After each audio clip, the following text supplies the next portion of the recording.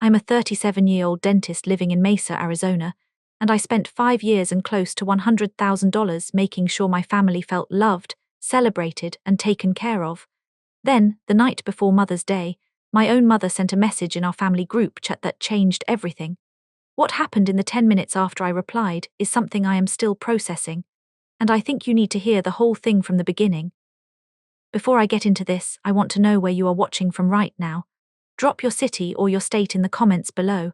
And if you have ever given everything to people who never once asked if you were okay, go ahead and hit that like button and subscribe so you do not miss what comes next. Because this story does not end the way anyone expected, including me. It was a Saturday night, around 9 in the evening. I was standing in my kitchen going through a checklist I had been building for 2 weeks. Reservation confirmed for 12 people at a restaurant in Scottsdale. Photographer booked for a family portrait session the following afternoon. Fresh flower arrangements ordered and scheduled for delivery. And a beach house at Hilton Head Island already paid for, $3,000, for a family vacation the following month that I had planned entirely on my own as a gift to everyone. I had also added my mother and my sister Elspeth to a credit card as authorized users 3 weeks earlier so they could make any additional bookings they needed for the Hilton Head trip without having to ask me each time. I thought that was a generous thing to do. I thought I had thought of everything. My phone buzzed on the counter. I picked it up and saw a notification from our family group chat. The chat was named Family Always. My mother had sent a message. It said, "Stay home, don't come, we are tired of your side of the family." I read it once, I read it again. I scrolled up to see if there was context I had missed, some argument or misunderstanding earlier in the thread. There was nothing, just that message sitting there on its own. And underneath it 2 reactions. My father had pressed like. My sister Elspeth had also pressed like. I typed back one sentence, "So that's what we are to you." No one answered me. Instead, my mother and Elspeth continued their conversation as if my message had not appeared at all. They were discussing a trip to Newport, Rhode Island. Elspeth sent a photo of a hotel. My mother asked about the weather there in July. They talked about which restaurants to try. They debated whether to fly or drive. My name did not come up once. I put the phone down. I stood in my kitchen for about 15 minutes without moving. Then I picked the phone back up, opened my laptop, and started making a different kind of list. 10 minutes after I began, the group chat notifications started coming in so fast the phone would not stop vibrating. Elspeth at midnight, my mother at 12:22 in the morning, my father at 1:15 in the morning, all of them tagging me over and over. But by the time those messages arrived, I had already done what I needed to do. To understand why that one message was enough to make me stop, you need to understand where I came from and how long I had been carrying what I was carrying. I grew up in Staten Island, New York. My father worked as an accountant and my mother worked part-time as a nurse. We were not wealthy, but the bills got paid and there was always food. On paper it looked like a stable household. What it actually was took me much longer to understand. My sister Elspeth is 3 years older than me. From the time I was old enough to notice, I could see that the way our parents treated us was not the same. Elspeth cried easily and loudly, and our parents responded to that. If she did not want to do something, there was usually a negotiation, and she usually won it. If I said I did not want to do something, the answer was that I was mature enough to handle it, and I should stop making things harder for everyone. I do not remember a specific moment when I became the one who organized things. It just accumulated. When I was 15, my mother started asking me to schedule doctor appointments for the whole family because I was, as she put it, the one with an organized brain. I started tracking the household bills during high school because my father said it would be good practice. I planned my parents' anniversary dinner when I was 16 because Elspeth forgot, and my mother was upset, and I did not want the evening to fall apart. None of this was ever described as a burden. It was described as me being responsible and capable. My mother said it with pride in public and with expectation at home. The 2 things felt different, but I did not have the words for that yet. When Elspeth failed her college entrance exams at 18, my parents paid for her to retake her courses at a private prep school and then enrolled her in a different university the following year.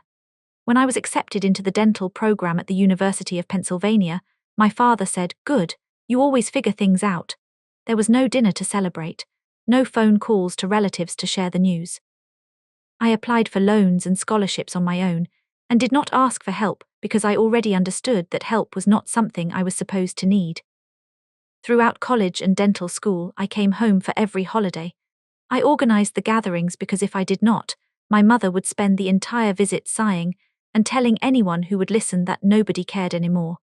The threshold for what counted as caring was always moving, and I was always the one chasing it. I watched Elspeth arrive at every family event empty-handed and leave with compliments from our mother about her outfit or her hair. I spent years managing the logistics, the reservations, the gifts, the timing, and what I received in return was the assumption that I would do it again the following year.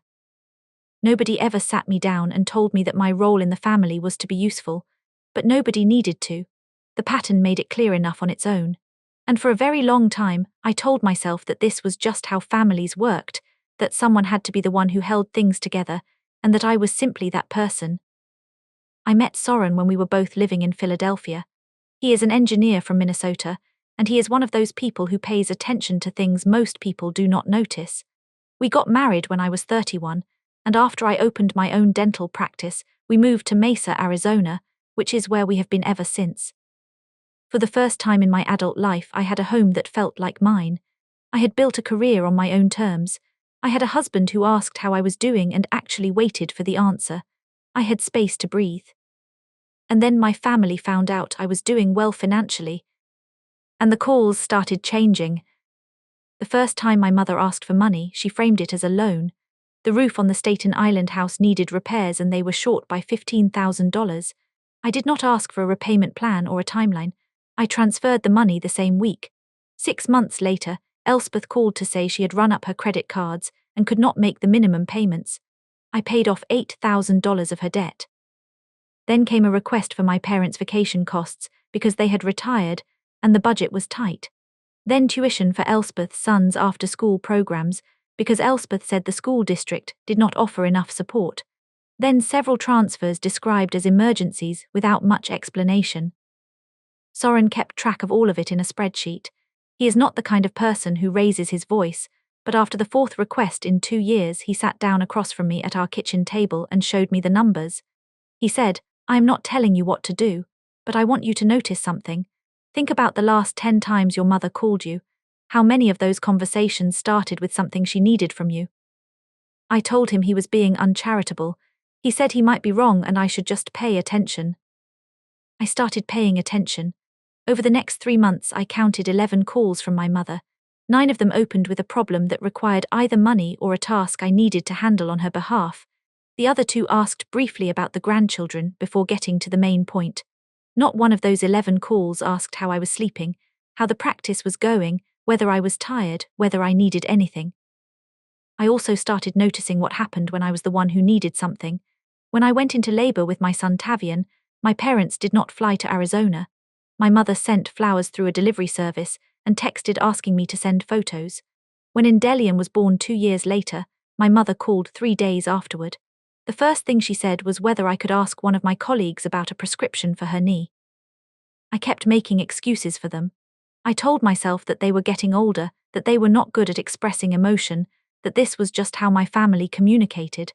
I kept organizing every holiday, kept booking flights for them to visit, kept sending money when it was requested. Because I had spent my entire life believing that if I stopped being useful, I would stop having a place in the family. For Mother's Day this year, I decided to go bigger than I ever had before. 12-person dinner reservation at a restaurant in Scottsdale, a family photographer, fresh flowers, a beach house at Hilton Head Island for the whole family the following month, $3,000 out of my own pocket. And I added my mother and Elspeth to my credit card as authorized users so they could book any extras for the trip without needing to call me each time. I genuinely believed that year would be different. I had told myself that enough times that I had started to believe it. After I read my mother's message and sent back my one-line reply that nobody answered, I did not call her. I did not text Elspeth asking what was going on. I did not sit and wait to see if someone would come back and say it had been a mistake. I opened my laptop. The first thing I did was cancel the dinner reservation at the restaurant in Scottsdale. The booking required a $200 deposit that was listed as non-refundable. I processed the cancellation anyway and typed "change of plans" in the notes field. Then I sent a text to the photographer. It was 9:45 at night and I apologized for the late notice. I explained that the event had been cancelled. She wrote back asking if I wanted to reschedule. I said no and thanked her for her time. I emailed the florist to cancel the flower order and requested a refund on the portion that had not yet been processed.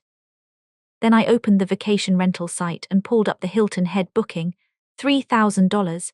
I had placed that reservation 2 months earlier. The cancellation policy said I would recover $2,100 if I cancelled before the 60-day window, which I was just inside. I would lose $900 with no way to recover it. I sat with that for a moment, then I processed the cancellation. The last thing I did was call the credit card company.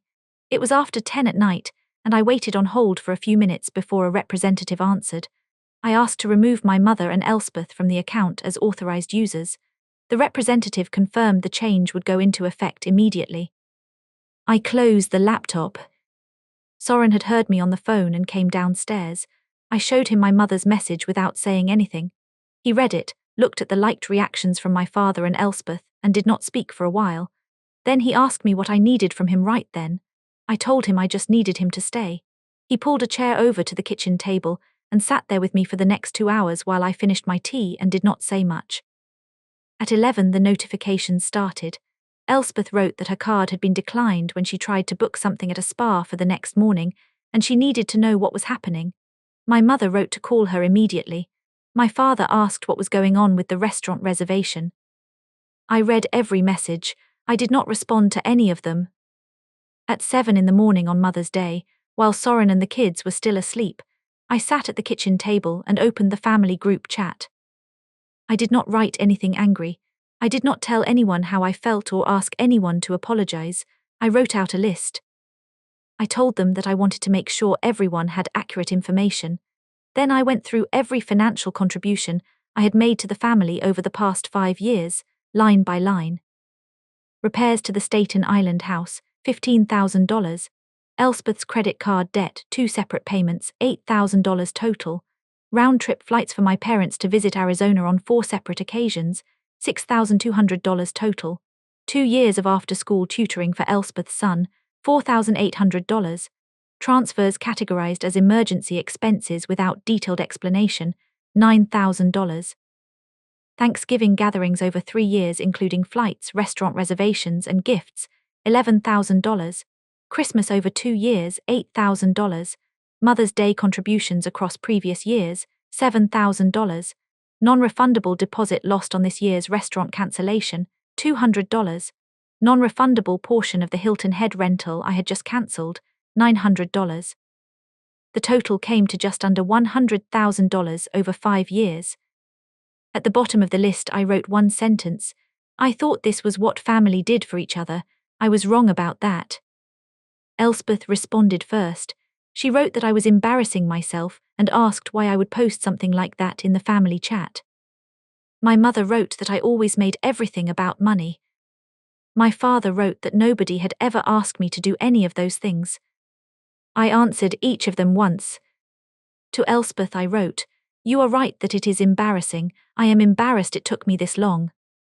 To my mother I wrote, "You made it about money when you used my card without asking, when you called me only when something needed to be paid for, and when you liked a message that said my family was not welcome." To my father I wrote, "You did not ask, you expected, and I kept delivering because I believed that was how I earned my place in this family." We went back and forth for a while. My mother said she had never thought of it that way. Elspeth said I was being dramatic and that I had chosen to do all of those things on my own. My father said that if I felt that way, I should have said something years ago instead of making a scene now. Then Elspeth typed something that made me stop reading and just stare at the screen for a moment. She wrote, "None of this would have happened if you had just kept the reservation." I did not reply to that. I took a screenshot and saved it. What happened next I did not expect. My father's sister, Aunt Renata, had been in the group chat the entire time. She had been a member since the chat was created 3 years earlier and had never once sent a message. She sent one now. She wrote, "I have been watching this family take Dagny for granted for a very long time. What Elspeth just wrote tells me everything I need to understand about why Dagny made the choices she made last night. Good for you, Dagny." My mother told Renata to stay out of it. Renata wrote back, "You put it in the group chat, that means it stopped being private." My father went silent after that.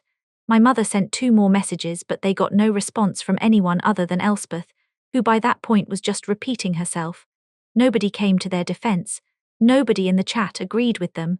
The conversation just stopped moving forward because there was nowhere left for it to go. I blocked my mother, my father, and Elspeth. I left the group chat. I set my phone face down on the kitchen table, got up, and poured myself a second cup of coffee. For the first time in as long as I could remember, I did not have anything left to manage. Tavian came running out before anyone else was awake. He is 7 years old and he was still in his pajamas. He held out a piece of paper folded in half and waited while I opened it. Inside was a drawing of 4 people standing in front of a house with an orange sky behind them. He had written our names underneath each figure in the careful print of a child who was proud of his handwriting. Endelian came out a minute behind him.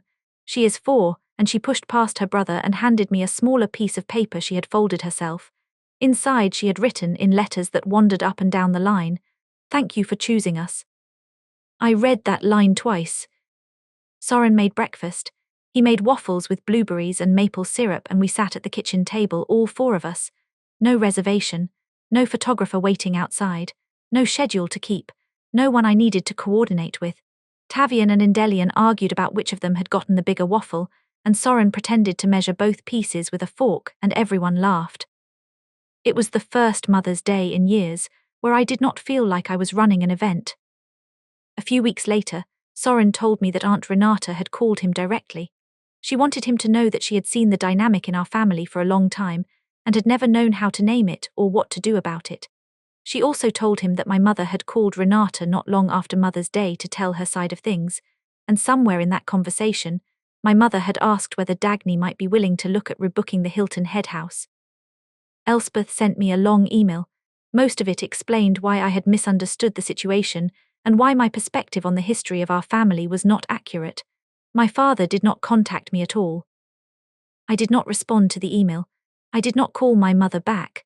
I did not reach out to my father, not because I was punishing anyone, but because I had spent my entire life being the one who picked up the phone and tried again after every difficult moment, and I needed to find out what happened when I stopped doing that. What I learned is what I already suspected.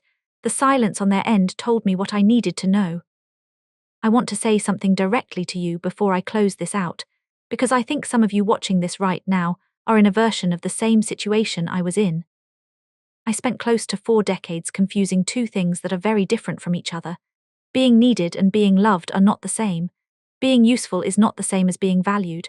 I stayed in that pattern for as long as I did because I was afraid that if I stopped being the person who held everything together, I would find out that the connection had never been about me at all. It had only been about what I could provide. The night my mother sent that message, she did not know she was doing me a favor, but she was, because she finally said out loud what had always been true, and once I heard it clearly, I could not pretend I had not. I am not going to tell you that I am fully healed from this, or that it does not still sit heavy sometimes. It does. But I am building something real with Soren, and with Tavian, and with Endelian, and for the first time in my life, I know what it feels like to be chosen by the people you love rather than just needed by the people who expect things from you. There is a question I want to leave you with, and I mean this sincerely. If you stopped doing everything you do for a certain person in your life, would they still find a way to reach you? Not to ask for something, not to point out a problem, just to reach you. Sit with that, because whatever answer comes up first is probably the honest one.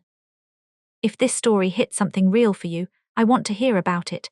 Tell me in the comments whether you have ever been in a situation where you felt more like a resource than a person to someone who was supposed to love you. Tell me what you did about it, or tell me that you are still figuring it out. Either answer belongs here. If you have not subscribed yet, please do that now. This channel is the place I come to tell the stories that do not get told anywhere else, and there is a lot more coming. If this video helped you feel less alone today, share it with one person you think needs to hear it. And if you made it all the way to the end, thank you for that, I mean it.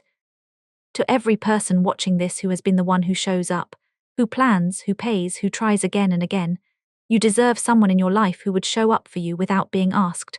I hope you find that, or I hope you realize you already have it, and you just need to let yourself lean into it. Happy Mother's Day to every kind of mother out there. Take care of yourself today.